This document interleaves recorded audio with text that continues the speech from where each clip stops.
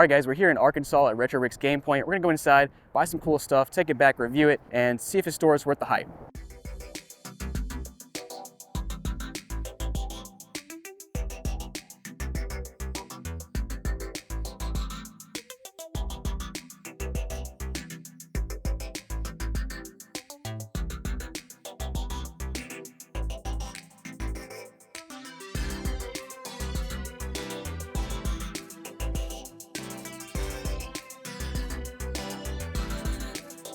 So guys, we're back from Retro Rick's store. We got a bunch of stuff here, and as you can see, we are in a hotel room. We're currently driving from North Carolina to Texas to buy a massive lot of untested consoles from Goodwill. As you saw, his store is pretty cool, very cool inside. But what we really want to see is what kind of condition is the stuff he's selling? Like, is it in good condition? Is it clean? Is it working? All that good stuff. So let me go ahead and just start with what I got here. So first of all, I got this punch card, which I guess you get punch. You can just see what it says right there if you want to read it, but you get a punch card. I love his logo. It's pretty cool. Also got a sticker, which is very nice, very cool. I don't know how much I paid for that, but I paid for it. I also got, let's start with the console. So I got 3 consoles. First I got a Game Boy Color, which this thing is awesome. It came with these stickers. So basically, the guy there said that somebody traded this in with the stickers, and they were trying to debate whether to take the stickers off or not. They decided to leave them because the stickers just add some character to it, and I agree. That's why I picked it up. As you can see, this thing's in really nice condition. You still got the original sticker on the back, which is like a little bit beat up, but not much at all. You do have a Retro Rick sticker here on the back, which I guess we can test out and see if this peels off very easily. Yeah, okay, if you get it from the right angle, there we go. Okay, cool. So that came off pretty easly. No issues there. Of course, we have no batteries inside, but the battery compartment looks, oh, actually, battery compartment's got a lot of the corrosion in it. I wouldn't say a lot, but there's some down there. There's also some over there. So hopefully this thing turns on and works. We'll test it out in a minute, but otherwise this thing is in great condition. Even the screen looks really good. Now you can see we paid $80 for the Game Boy Color, which I believe is, I haven't looked at the Game Boy Color prices in a little bit, but I think it's like a little bit high. I also bought a couple games for the Game Boy Color, which are in great condition. We got this first Spider-Man and Spider-Man 2, and we'll put those to the side. I also got an Xbox One, as you can see. Xbox One, not the most interesting console. Nobody really cares about the Xbox One anymore, to be honest. But I never even knew this version existed. We have this Xbox One Elite version.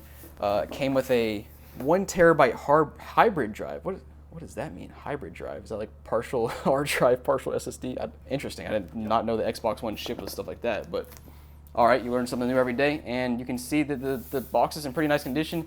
And yeah, I just did not know this edition existed for $130. Not bad. Picked it up. Also, what I think is the most interesting one of the lot is this Sega Dreamcast I picked up, which is $140. I think that's like a little bit over market value. Again, this is kind of what I expect here. But my favorite part is the box. Like, you got this cool white box.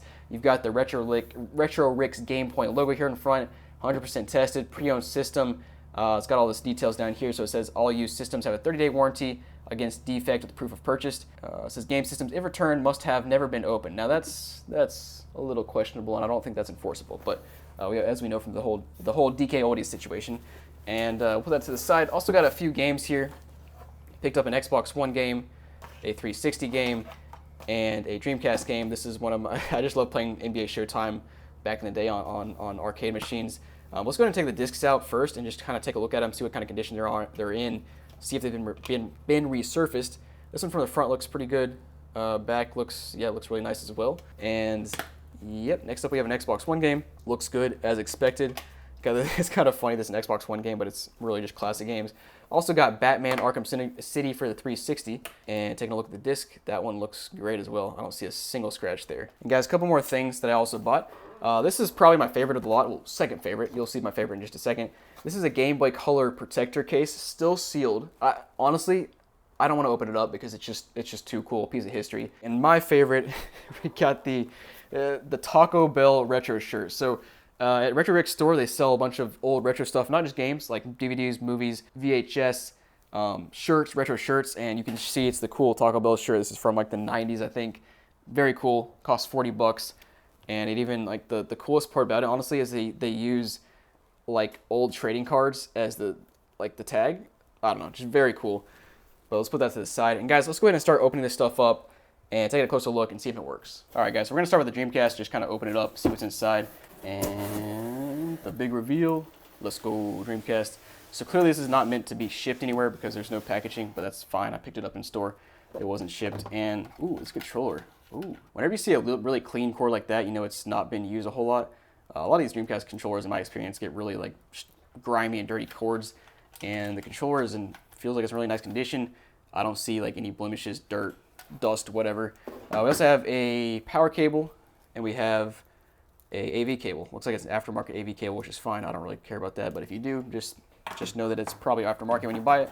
We also got a Dreamcast here, which appears to be in pretty nice condition. I wouldn't say great condition. You got a blemish up there, some blemishes there on the side. Yeah, it looks fine there on the front and bottom, and a piece of cardboard just fell out. But it does look pretty clean. Like, you know, I would assume that they probably wiped it down, maybe blew it out or something.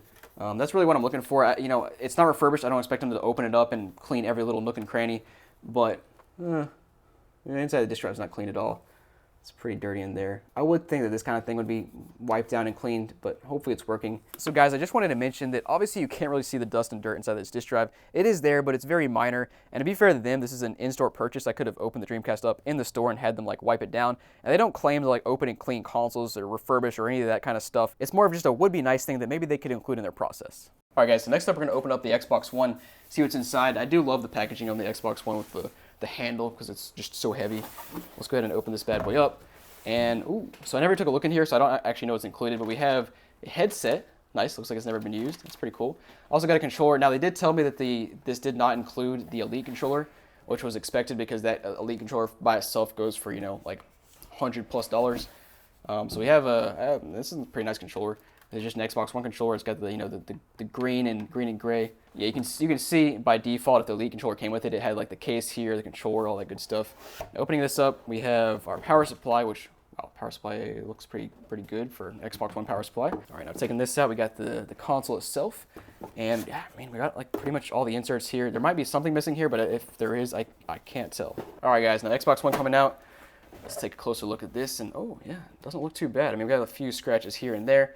Again, this is a pre-owned system, so I expect it to be beat up a little bit. And these Xbox Ones get beat up so easily. Now, the glossy part looks fine. I don't, you know, these things, even when you wipe these down, it leaves like streaks and stuff, so it's you know, looks good. This top here's got some like, you know, a little bit of dust and whatever here and there. But overall, this thing looks really good. Warranty seal is still intact. Let's go ahead and start testing all these things out and see if they work. All right, guys, so we're gonna test out the Game Boy Color here first. Got some new batteries inside. Let's go ahead and put it back together. Turn this bad boy on. We're gonna start with just Spider-Man, first one right here. See if it works. Slides in nicely. 3, 2, 1. We got power and yo, let's go. All right, guys. Hopefully you can see that. We don't have a backlight because it's a Game Boy Color, but game's not working. Well, that's not good. The game itself looks pretty good, I think. It's hard to tell down there. All right, let's try out Spider-Man 2.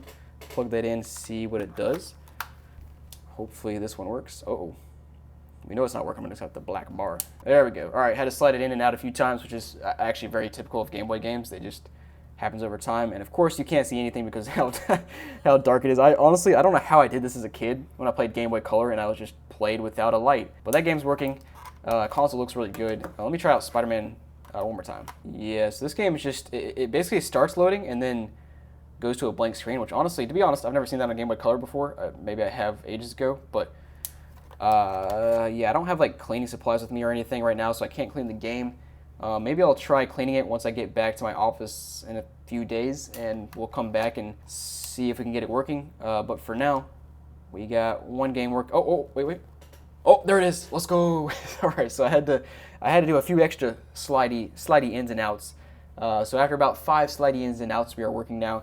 We just had to use the friction on the pins to get rid of whatever grime, corrosion, or whatever was on there. So we're good to go now. Nice. That was a close one. All right, next up, we're gonna go ahead and plug in the Dreamcast, I guess, and see if it works. So guys, as you can see, we're back in the normal studio now to finish up testing these consoles because the hotel TV was just awful. I won't get into it, but we got the Dreamcast plugged in here. Let's go ahead and turn it on, see if it works. So 3, 2, 1. We got power. That's a good sign. Let me plug in my controller. And by the way, like I said earlier, this controller is immaculate. Like, perfect, man. That's crazy. So booted up here, all good to go so far. We're November 27th, 1998. I always love booting up a Dreamcast and seeing 1998 there. But we're gonna try out NBA Showtime, which is the Dreamcast game I bought from Retro Rick. Let's go ahead and open it up, pop it in there, see if it works. And man, this game right here, I never played it back in the day on the Dreamcast, but I played it so much in arcades, like, you know, those little mini golf places you go to, and they got arcade machines as well. I played that game so much. But let's try to boot it up and see if it works. Let's go, get in there. Swish. All right, guys, I've been playing this for a minute and working without an issue. I'll actually say this Dreamcast it's not quiet, but it's actually quieter than a lot of Dreamcasts I've used. If you guys are familiar, Dreamcasts get really loud when they're reading games. Now, I will say the analog stick here, for as good as this controller looks, the analog stick actually feels a bit stiff. I don't know if that's how it was from factory. I never played a Dreamcast brand new, but just for comparison, I have another controller here that's just one I have sitting around, and this one feels a lot smoother, kind of just a bit looser. So honestly, I don't know if it's stiffer or looser from factory. You can let me know down below if you know the answer to that. But overall, console's in nice condition, works without an issue. Let's go ahead and put it away and move on to the Xbox One. So guys, I'm plugging in the Xbox One, and I wanted to mention that these guys really know how to wrap their cables. I mean, look at these two. They're symmetrical. They're wound nice and tight. They just look professional. It doesn't really matter, but I'm a big fan of having nice, clean cables wrapped up like that. And their other cables that I opened up earlier were wrapped nicely as well. Just wanted to point that out. All right, got the Xbox One plugged in. Let's go ahead and turn it on. It's 3, 2, 1. We got life. Any free games? Nope. Let's wait for it to boot though. So guys, we're booted up, and classic Xbox, I had to do a massive update. So we're back now though. Let's go ahead and plug in our game. So like you saw earlier, I bought Aladdin and the Lion King. All right, let's slide it in. Cool. Yo, that's crazy. It actually immediately installed or started installing like 5 seconds after I put it in. I've had this issue with Xbox Ones where like half of the ones I use, you have to put the disc in multiple times before it starts reading, even ones that I've used recently. Just Microsoft things. But game is loading up, which is good to see. Let's go ahead and take that out and put in the 360 game as well. Of course, it's one that's not backwards compatible. Well, at least you can tell it's somewhat reading because it recognized it wasn't a backwards compatible game, but yeah, the disc looks perfect. But guys, I gotta say, overall, Retrobix Game Point is probably the coolest game store I've been to in person before. You know, the atmosphere is second to none. There's so much nostalgia everywhere. Very cool to see. And the selection, the game selection, console selection is very good as well. I'm sure they get new stuff all the time. There were tons of people in that store while I was there. Pricing is a tad high, but that's kind of just typical with any in-person game store. And also, we had a couple of slight issues with the Game Boy. Dreamcast was like a tiny bit dirty on the inside of the disk drive, but other than that, everything was great. You know, 9 out of 10 energy here. Guys, thanks for watching. Hope you enjoyed. Let me know down below what you think about the store, and thanks for watching.